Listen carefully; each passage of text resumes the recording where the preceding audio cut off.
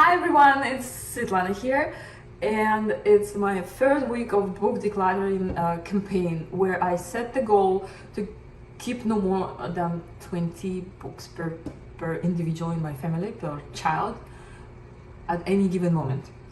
And this time around, I think that I am quite motivated to complete this project once and forever, since I expect a child in a few weeks. And we live in a small apartment with no storage space, and I need to make a room for a new baby. So I, on the other hand, is a book hoarder. So I wouldn't call my book collection a hoard, right? I don't think so. But I've accumulated over 200 books in the past few years.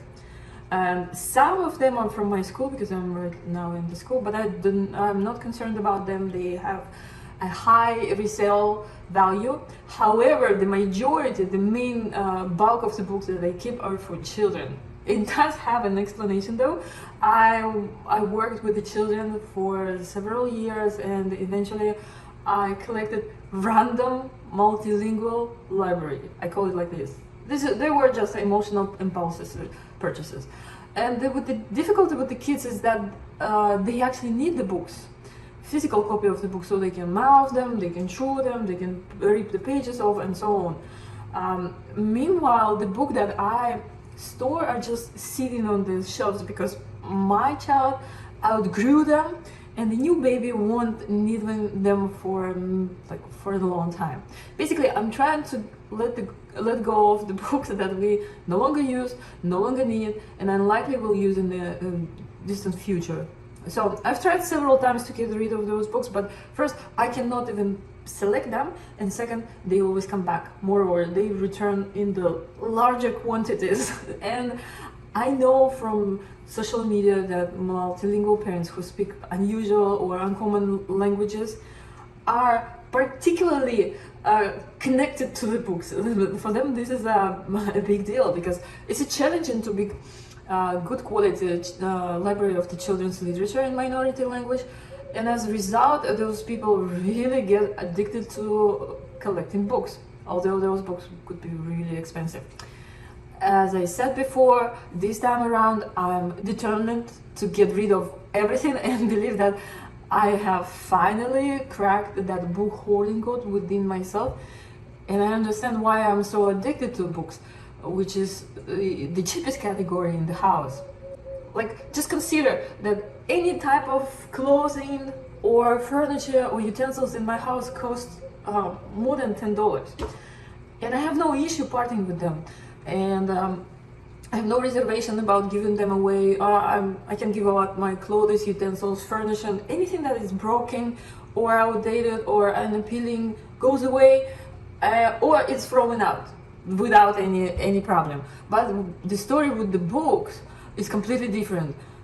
A majority of them are very cheap, like under $1, because I purchased them in the thrift store or donation center. Of course, there are some expensive books that we actually don't use, you know. That's the funny thing about the expensive books, that when I buy them, when I invest like $20 into the book, I expect to read it, but instead we just keep it on the shelf, because as a rule, what I buy for my child, normally she doesn't like. No, not that she doesn't like, but she doesn't get it right away, so it takes like time. I buy it definitely ahead of time, so with the perspective kind of thing, which is a bad thing to do. And you know, I don't buy expensive books. So my question was like, why do I hold on to the nearly recyclable material and cannot let it go, no matter what I'm doing, no matter how many times I'm trying? So they're still here in my house. In my mind, of course, books have some value in the long run. What if I need this book? What if I need this information? Or what if I need this picture? But the truth is, like, whenever we need some information, picture, or to learn some new facts, we don't go to encyclopedia, we go Google that. Well, most of the books I just bought, and they sit there. Because in my childhood, we used encyclopedias. But right now, with the kid, we just, whatever question we have, it's like, it's not farther away than the phone, right? So it's within the reach of internet. So that makes the whole process is very complicated, because I have a fantastic picture encyclopedias that nobody uses. It's like they're just sitting on the shelf, and I cannot let them go because I brought them from abroad, and so I'm holding up to I don't know, recyclable. At this point, this is recyclable, because the longer I keep them, the less value they have. So most of the books that I actually have, we don't even like much, so we just read them and they are back to the shelf. Yeah, I know that like holding up to the things that you don't use and don't need, it's like it makes a lot of sense. And I know that I'm mentally addicted to books, and I think I believe that there are several reasons for that. One of them is my childhood, because I grew up in the house book obsessed household, and I can say we probably hoarded, since it was quite unhealthy and excessive number of books in our house. And the most important thing that we didn't use them. I mean, we did instead, but you know how. Let me explain this. So in our particular case, we just stashed those books all around the house, and this is what I consider is the unhealthiest part. Is like, it might not be a hoard, it could be a collection, but the way how we treated those books, that was a beginning of the hoarding, I guess. Right now, when I'm an adult, I understand that any object that you bring into a house, you should use it or enjoy it, right? We had only back then we had only 3 bookcases and 5,000 books in our house. Guess where all those books went? Everywhere. In the boxes, in the closets, in the drawers, in the kitchen cabinets, under the bed, in the storage, in the garage. In addition, you know, they were pretty much everywhere. When my parents, like when we moved out and my parents moved out from one house to another house, my mother decluttered something, recycled some of the books, but she also brought 4,000 books to a new house. Like, this is what they call downsizing. In our case, it wasn't. In the case of my parents, there never been a downsizing. I mean, she downsized probably from 6,000 to, I'm not sure that it was like from 6,000 to 4, probably from 5,000 to 4, something like that. And just because some of them just literally disintegrated over the time. And the most important thing, the situation is repeated again. So there are still 3 book cabinet in the house, the same amount of furniture, and there is still this stash of the books that are everywhere. They are everywhere, literally everywhere, and then no one uses them anymore, because I used to be one of those readers. Mother was also reading, but her reading library now shrunk to the size of the probably like probably the same 20 titles that she keeps on reading and rereading all the time. But she also I think she just keep on buying books. Like no one knows how many books right now in the house, and they are in the same position everywhere, in the closets, in the drawers, in the cabinets, everywhere. And most of the time they also watch TV or browse web. Like, so you got the point, right? The second very interesting negative habit that I have acquired in my childhood was buying books instead of borrowing them from the library. So I actually never been a member of the library ever. I studied in the class of the with the language and literature concentration, and every summer I had a list of the books that for the summer reading. So instead of going to the library and borrowing the books like normal people do, my mom and I just hopped on the vehicle and went to the second-hand bookstore or flea markets and bought the entire list of those books. We never had a question about what we would do after I read them. So we just bought books and brought them home. I do the same right now. For me, it's faster and easier to just go and buy a new book or old book or second-hand book rather than go to the library, which is literally a couple blocks away from here, right? And as As to the fact that I'm a hoarding specifically children's books, I think there is also a very interesting thing. Because I started to collect books when the child appeared, right, to read for her. And I think that there is a connection between like my past story and the future story. Since my mother and we had this book hoard in common, books became like a way to connect to each other and my own child later. So I brought those type of relationship in my childhood. I wasn't an innate mother who could just chatter all day long with the baby and enjoy baby as as a being, and I had to use something to connect with this child, and a book was probably the most reliable means of connection that I knew. It's not a bad thing, you know, like, but at this age, at this season of the life, I know that there is way many more different types of different approaches and different ideas how you can connect and create quality time with your children without using books. Well, and I'm pretty much trying to rewire probably myself to get rid of the books and probably just focus more on the external building a relationship without books. Now, oh, what happened? All right, guys, hi. So it's been a couple of days since the previous recording because I've been badly interrupted by my family intruding in the middle of recording, because I hope that I'm gonna finish before they come back, but no, I wasn't able to do that. So now let me tell you about why do I think I'm gonna succeed in this time of decluttering books. And I think this time is gonna be final for real. Let me just show you something. So this year, I began to journal, to just dump my thoughts or maybe find a little bit sweet spot with my thoughts. So I began to write like a normal person, but then I started to decorate journal with the different stickers and pictures, and eventually I ended up into scrapbooking related videos on YouTube. Then I discovered that there are numerous scrapbooking techniques and styles, including things like junk journal, glue books, and altered books. So my book hoarder's existence has been disturbed by both junk journals and altered books.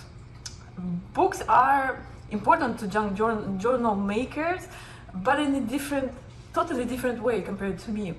They see them as a raw material for something else. I assume I value books for their both substance, the text, as much as their appearance, so the illustrations and everything else. Contrary to me, junk journal makers specifically go for the most beautiful parts of the books, such as illustrations, right? I had a mental breakdown when I saw how one lady who was doing some tutorials about junk journal ripped the pages from the children's books. I was like literally astonished that somebody could simply take the page off and clip one part out of the entire page, and the rest of the page was discarded without even reading them. So that was something I couldn't physically accomplish at that moment, right? So I realized that at that moment that if I had empowered books for all the wrong reasons. They must have been portrayed me more substantial, intelligent, or I don't know what, or maybe even significant. And at that second, I realized that if I was going to get rid of my book hoarding habit, I needed to start junk journaling. I mean, I have to learn how to pull pages off and reduce the book's value to just scrapbooking paper or just to the paper value. And so I began. I've chosen several books that I personally enjoy, but my child was uninterested. So I gathered them in one pile and started my own junk journaling process. But of course, under the junk journaling process, I mean that I had to settle myself. Let me explain. For me, ripping pages of the book was a vandalism. That's how I understand. So I collected everything that I knew that I need to let it go, because my daughter is not gonna reread them, and so we're both not gonna return to those books, but I kept them just because I liked some of the pictures, not even the whole book, but the some of the pictures. So I collected them and started to spend a couple of days spent vandalizing books by cutting, sewing, gluing, and doing different operations out of those books. And the more I did that, the easier it became to just take the books as a piece of paper. And I think that by the time when I create my probably first junk journal, I will be like hoard free probably this. At this moment I created one book that is called glue books. So the glue book, you just get the normal book, but then some pages you leave, some pages you rip, and inside you glue back different pictures. In this case I glued the text from other books that I call fantasy with self, right? But about teaching and teacher strategies and stuff. So then I had one children's book that I dearly liked in some of the illustrations, so I glued those illustrations here, a little bit decorated the pages, and so this is probably what I did. Let me show you. This is my favorite page, so I just decided to glue it here because every time when I see it, I enjoy it. I love it. I really love it.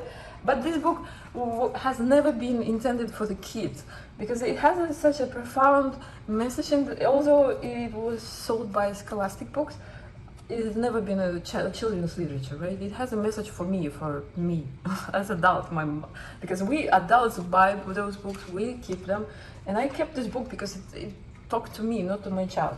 She didn't really care about pictures or text or anything else. I didn't like it. And so as you see, I ripped the cover off, glued it here, and then I ripped a couple of pages, glued it here, and then we had I used all the scraps from the cutting and gluing, and I'm working on this like altered book thing. And yes, I do feel much better from working with those books. Is on the other hand, right? So I let them go. Mentally, I finally, maybe first time in my entire life, I realized that I used to value books for the information, but now when I analyzing the whole situation about and what I keep and why I keep them and what was my personal background for keeping those books, it's all together makes little or no sense, because I just hold on to those books because they represent something bigger than I am. They represent me as a parent.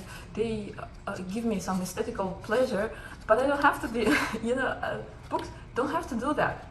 So books are just cheap products. You buy them, you use them, and then you're free to do whatever you want with them. You can rip pages off if you wish, right? Or you can donate them if you wish. But if they are taking up your space and you don't let them go, it's not a healthy approach to those books, right? We don't hold on to the, to leftovers of the food, for instance. It's the same like a food, like a gas, like any other product that you buy in the store. You don't hold on to your candles. You just burn the candle and candle is gone, right? That's the whole purpose of the candle. The same with the books. There is no more shortage of the books. There is no more reason to hold on to them. There is so much electronic capacity right now, right? We don't need to have actual books anymore. And if your child is older than 3 years old, it's also decided that you don't have to have lots of books anymore. You can use digital devices that have interactive features like highlighting of the text, translating this text into different languages, or even bilingual texts, right? There are many digital libraries for free where you can find all those books that you may not find like latest publications from the Scholastic, but you don't need really to have the latest publications from Scholastic, right? You don't have to do that. There are plenty of old school books that gives a lot of sense and brings a lot of pleasure, and you can find them online for free. You can find them on YouTube. You can find them everywhere. So that's what makes me believe that I probably this time around I'm going to be much more successful. However, it is still in the process, and I still have a couple of weeks before the baby arrives, and I'm moreover looking right now at my library with the critical view and my goals that I set for myself to teach languages through science and math. And I think that my library doesn't really represent my goals and my target, my objectives for books, right? Books should support some kind of objective, right? Why do you read this book? What are you going to get out of at the end of reading that book? Are you teaching some kind of moral values and qualities, or are you teaching some scientific knowledge, right? And for ultimate idea, of course, is I want to get rid of all the books and replace them for like inappropriate book, and replace them either with the strictly bilingual, so I can save space, or I've seen a couple of multilingual, but I don't like the content of those books, or just collect the library that specifically works with my curriculum, the one that I have created recently for in the guidebook for the kid, because if you didn't know that I wrote the guidebook for myself, right? Because I don't remember what to do and when to start what. So I decided to put this in. Once I learned that I'm pregnant, I started to put these ideas together into one year by year, and at that moment I spent lots of time researching this topic, when and what we're teaching to our kids. Eventually, my goal is, of course, to align my own ideas and curriculum for my child, right, with the library that I have. That's the ultimate goal, but I will declutter, but I will not buy yet until it's really necessary. That's what I want to do. Plus, I've picked a couple of authors that probably I have to collect, like from the secondhand stores, from the some thrift book websites, something like that, because they are no longer available. They are past years publications, right? And you cannot find them in the, let's say, the regular bookstore. So that's the job for me. And no, I haven't finished decluttering yet. I got distracted with the healing process of junk journaling and altering books, but I'm getting there, so stay tuned. And if you find this video somehow useful or insightful for you, please like, because that may help. That shows YouTube that this video has some value, and it may show this video in the future to some other multilingual parent who is struggling with this same situation of mental confusion, when you, on one hand, don't have a space in the house, but on the other hand, you have a huge library that you cannot get rid of books that you don't use and you don't need, right? And you're addicted to those books. So thank you so much for your time.